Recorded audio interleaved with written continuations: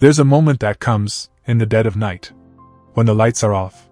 The phone is silent. The world no longer needs you to smile, to perform, to belong. And suddenly, you feel it. A silence so deep, it scares you. A pull so strange, it unsettles every part of you that's ever needed certainty. It's not depression. It's not confusion. It's not a crisis. It's a calling. But it doesn't sound like a voice. It sounds like the absence of one. Like God turned off the volume on the entire universe just to see what remains of you, when there is nothing left to hold on to. You've been taught to chase your dreams, set goals, climb ladders. But nobody ever taught you how to disintegrate. How to disappear. And be okay with not knowing who you are anymore. You think you're lost. But you're not. You've been summoned. You're being pulled into something ancient, something sacred. The void. A space that doesn't make sense to the mind, but knows exactly how to heal the soul. And here's the truth no one dares to say out loud. You will never become who you truly are, until you are willing to lose who you've been pretending to be. So let's walk through it. Not around it. Not above it. Straight into the black hole that calls your name when you're finally tired of performing. This is not a motivational video. This is a dismantling. This is a pilgrimage into the dark. You've spent your whole life building something, a self. Layer by layer, like armor. Your personality, your preferences, your aesthetics, your Instagram bio, your aspirations, all carefully constructed, edited, rehearsed. But let's ask a brutal question. Who built it? Was it really you? Or was it a collage of everything you thought you had to be loved, to be respected, to be safe? You became the student they admired, the friend they liked, the child they could be proud of, the lover they wouldn't leave. But underneath all that, there was someone else. A voice you silenced. You didn't kill it. You buried it. And now, the void is digging it back up. But here's the terrifying part. The false self doesn't go down without a fight.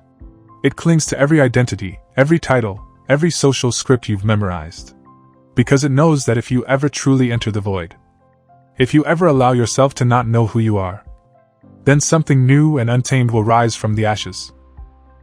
But that's the only way it ever happens. Through collapse. Because before transformation comes demolition. Before clarity comes disorientation. Before truth comes silence. Let's talk about the collapse. Let's name it for what it is. You stop caring about the goals you once obsessed over. You walk away from people who used to define you. You look in the mirror and feel nothing. Not because you're broken, but because your soul is finally rejecting the lie. And the world, oh, it won't understand. They'll ask, "What's wrong with you? Why are you isolating? Why aren't you the same anymore?" And you won't know how to answer. Because your language is still catching up to your awakening. You'll feel insane. Because sanity was just agreement with a broken culture. But insanity, that sacred madness, is how all real awakening begins. You see, the sacred void is not sterile. It's not peaceful. It's chaotic. It's raw. It tears everything that isn't authentic off your body like flesh. It forces you to ask questions you were never allowed to ask. What if my entire life was a performance? What if I've never truly met myself? What if everything I called success was just distraction? These questions are not gentle. They're knives. But they cut you open only so something ancient can breathe again. Because under the false self is something terrifying and holy. The unconditioned self. Not who your parents shaped. Not who your trauma defended. Not who society rewarded. Just you, before the story. And that self? It doesn't fit in. It doesn't follow rules. It doesn't care about your resume or your following or your 5-year plan. It's wild. It's quiet. And it's waiting. But it will not emerge until the scaffolding collapses. So if you're tired, if you feel like your world is falling apart, let it. Let it collapse. Stop patching up a lie. Stop resuscitating an identity that's already expired. You are not dying. You are molting. And yes, it will feel like death. Because the ego only knows how to hold on. But the soul knows how to surrender. And now the sacred void is opening its hands. Will you let yourself fall into them? Will you finally get lost? So you can stop pretending you were ever found? There comes a moment in your unraveling. When clarity dies. When all the systems, beliefs, and inner compasses you once trusted go eerily silent. And that's when panic begins to whisper. You reach for what used to soothe you. The old ideas, the people, the distractions, the dopamine. But none of it works anymore. It's not because you've failed. It's because you've outgrown the illusion. You are now in the sacred fog. And here's the paradox. Sacred confusion is not punishment. It's preparation. You are being emptied so something deeper can find space to exist. Your logical mind will rebel. It will demand labels, reasons, structure. It will say, I don't know who I am anymore. I feel like I'm going crazy. Nothing makes sense. But that's the whole point. The void is not meant to make sense. It's meant to undo the part of you that always needs life to make sense. Because sense was often just a box someone else gave you. Carl Jung understood this. When he went through his own sacred collapse, he stopped working, stopped speaking, stopped trying to be the intellectual hero. He descended into the underworld of his psyche. He met archetypes, demons, the divine feminine, the child within, and the terrifying chaos of the unknown. He called it confrontation with the unconscious. He let himself go mad, because he knew the madness had wisdom. And so do you. Let's say it clearly. You are not meant to be constantly clear. You are meant to be constantly true. And sometimes truth wears the face of silence, of confusion, of cosmic fog. That's why the void is sacred. Because in the absence of all answers, you begin to hear a different voice. Not the voice of the world. Not the voice of your conditioning. But something primal. Something ancient. Something real. At first, it barely whispers. Just a flicker. A faint hum. A dream that won't leave you alone. It doesn't speak in sentences. It speaks in symbols, gut instincts, synchronicities, strange desires, and irrational callings. And here's the dangerous part. If you try to analyze it too soon, you kill it. You must let confusion soften you. Make you humble. Make you stop pretending you know who you are. You must be like the seed in the soil. Buried, directionless, and alone. Before you can ever sprout into something new. Let go of the pressure to figure it all out. That pressure is from the ego. The soul doesn't rush. The soul waits. It listens. It watches. So sit with the fog. Let it numb you. Let it undo you. Let it baptize you into a kind of clarity that cannot be put into words, only into being. This isn't about answers anymore. This is about alignment.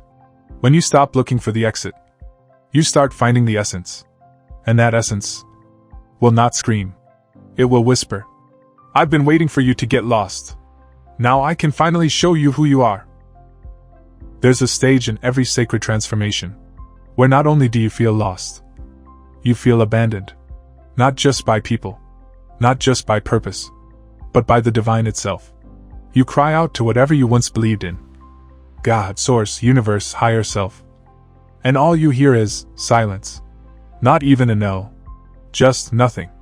It's as if the very force that held your soul together has gone cold, has turned its back, has walked away when you need it most. This is what the mystics call the dark night of the soul. And if you're there now, know this. You are not being punished. You are being purified. You are not abandoned. You are being initiated. But your ego will not survive this night. Because this night was not made for the ego. It was made for the soul. St. John of the Cross, the mystic who gave us this term, said that God hides the light, not to harm us, but to burn away the parts of us that only ever loved the light.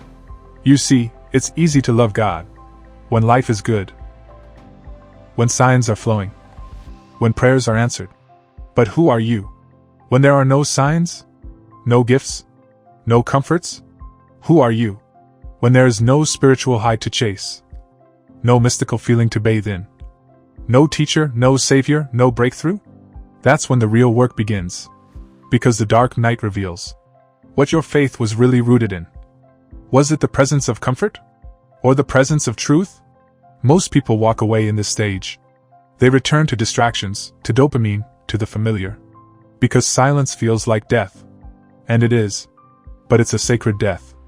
It's the death of your need for external reassurance. The death of your dependency on emotional highs. The death of your fantasy that awakening is supposed to feel good.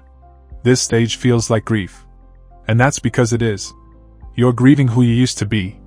You're grieving the illusions you were in love with. You're grieving the God you thought existed.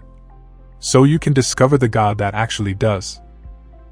This is where the old spiritual self, the one that still needed control, dies. And a new self, forged in fire and silence, begins to rise. But it's not glamorous. It's not shareable. It's not tweetable or Instagrammable. It's raw, ugly, real. You will feel like no one understands you. And you will be right. Because what's happening to you is not for them. It's for the you that exists beyond all labels. It's a divine stripping, an unmaking, a sacred annihilation. And you will only survive it if you stop trying to fix it. This cannot be fixed. It can only be endured. The only medicine for the dark night is presence. Not purpose.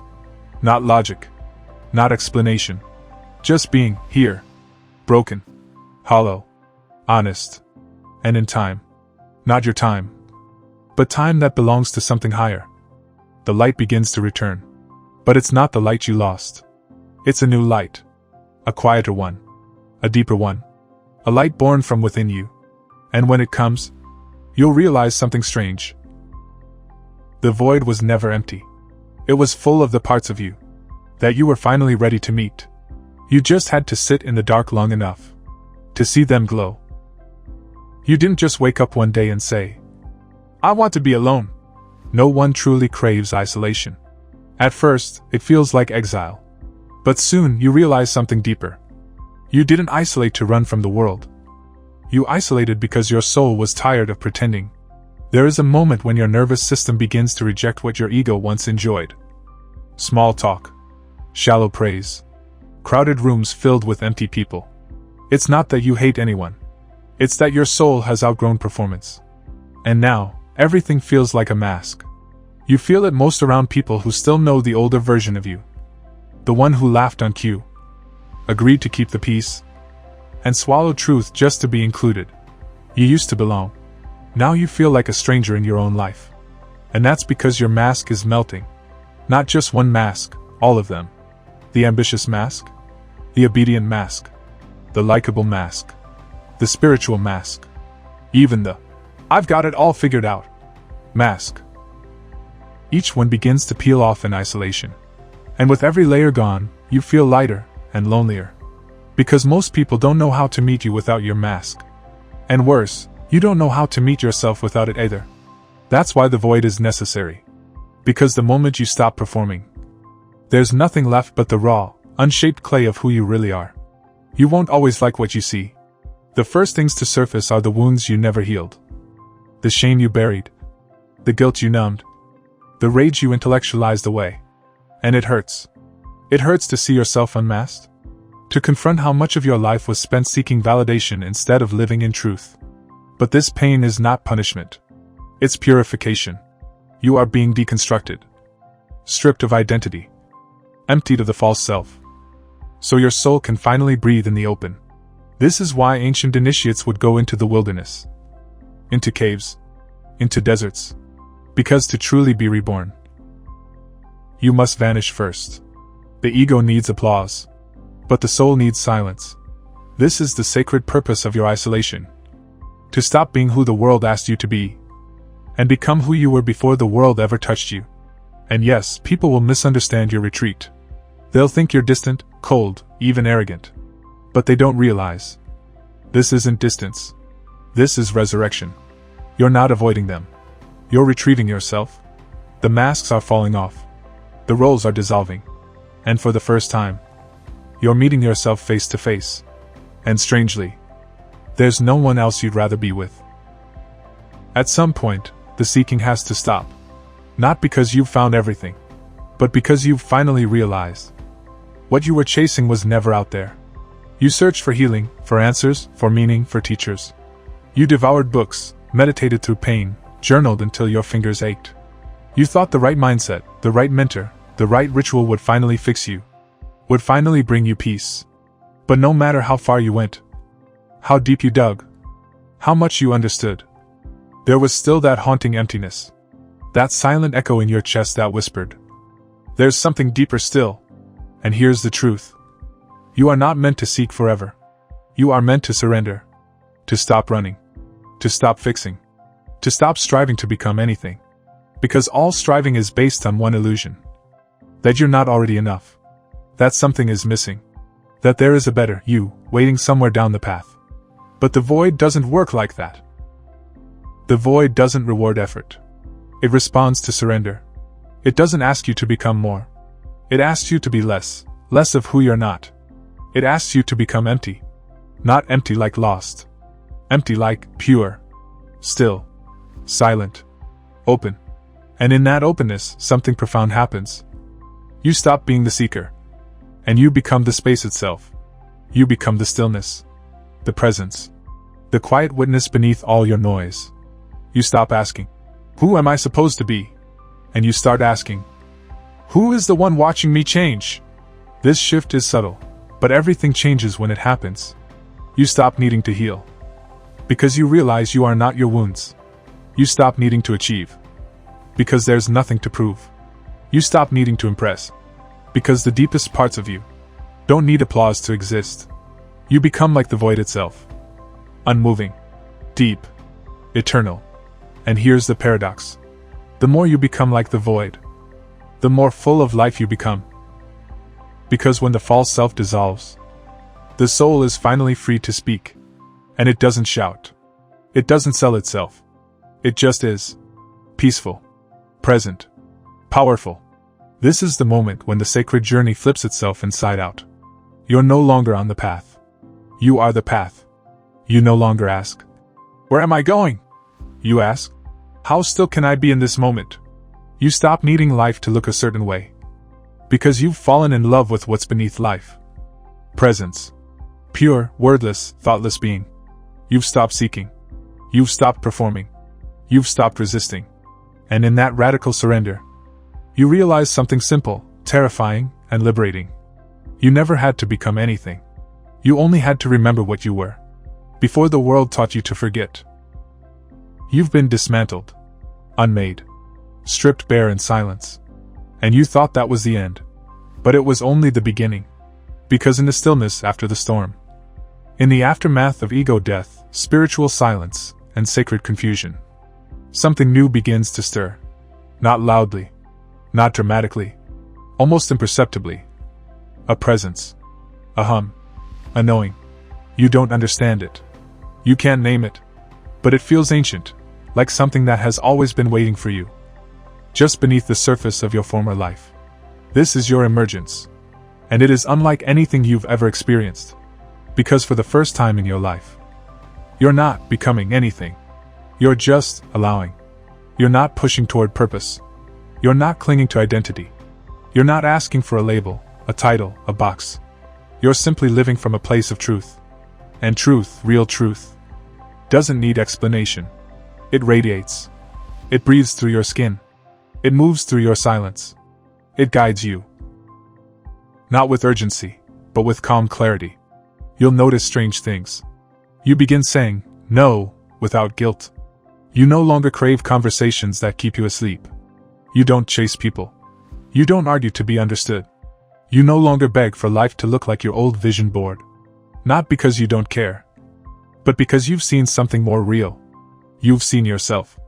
And once you've met that version of you, the one that doesn't perform, doesn't hide, doesn't shrink, you can't go back. You realize, the real you is not loud, not flashy, not even impressive. The real you is quiet power, presence, depth, inner stillness so rooted it makes the chaos around you look like background noise. And people feel it. They won't know what's different. They'll say you have an energy. They'll be drawn to your calm. They'll seek your presence without knowing why. Because your presence now carries a frequency born from the void. The kind of peace that can only come after shattering. You're not just surviving anymore. You're vibrating differently. And it's not because you added anything. It's because you removed what was never you. That's the secret of the void. It doesn't make you better. It makes you real. So here you are. Emerging. Not reborn like a new person, but revealed, like a sculpture whose excess has been carved away. The emergence is subtle. It's not a grand entrance. It's the quiet return of someone who doesn't need to prove anything anymore. You're not here to convince the world. You're here to embody your truth. And that truth is this: you are no longer who you were. You are what survived the sacred void. You will be tested. As you walk further into the sacred void, you begin to realize that this isn't just a place of stillness, it is a battleground. A sacred battlefield where your lower self does everything in its power to pull you back to what is familiar, what is easy, what is dead. The silence becomes a mirror. And that mirror reveals not just your wounds, but your addictions, your obsessions, your fears disguised as preferences, your habits dressed up as personality, your comforts masked as identity. You will hear voices, not from outside, but from within. Voices that whisper, "Why are you doing this to yourself? You're wasting time. You're falling behind. Come back. Come back to the feed. To the scroll. To the likes. To the dopamine. To the simulation." You will be tempted by everything you once found pleasurable, every shortcut, every fantasy, every distraction. And you will feel shame too. Old shame. Deep shame. The shame of having failed yourself. The shame of needing to run away to find yourself. The shame of being seen as strange, distant, lost. But you must understand, this is the terrain of the void. These illusions, these whispers, they are not real. They are echoes of your conditioning, your trauma, your shadow. And they rise up now, not to defeat you, but to be seen. You are not regressing. You are detoxing. You are shedding. The void is not robbing you. It is liberating you from the false security of illusions that no longer serve you. But liberation always feels like loss, at first. You must resist the urge to grasp. You must let the voices scream and still not move. Because something deeper is happening. A death. And not of your body, but of your attachment to everything that kept you small. This is when most people turn back. When the pressure feels unbearable. When the ego screams. When the silence is deafening. But if you can endure, if you can stay present when everything in you wants to run, you will pass through the fire and come out untouched. You will begin to feel something you haven't felt in years, maybe ever. Your true presence. Not the identity you crafted to fit into the world, but the one that was always there, buried beneath the noise, waiting to emerge like gold from the depths. Stay with the void. You are almost through the storm. Now something shifts. The storm that once thrashed you softens. The noise that haunted you dissolves.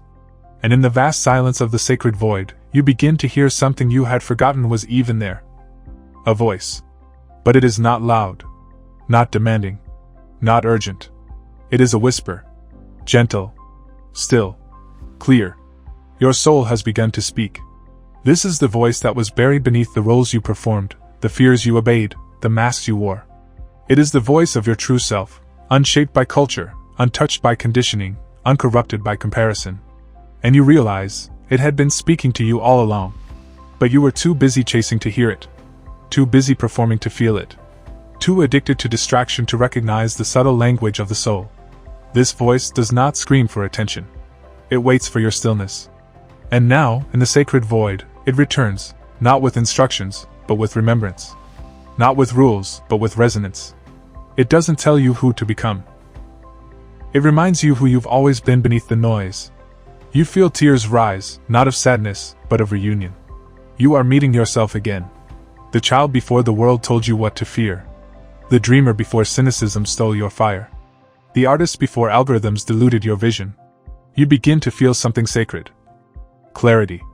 Not the clarity of a 5-year plan or a mapped-out career path, but the clarity of alignment.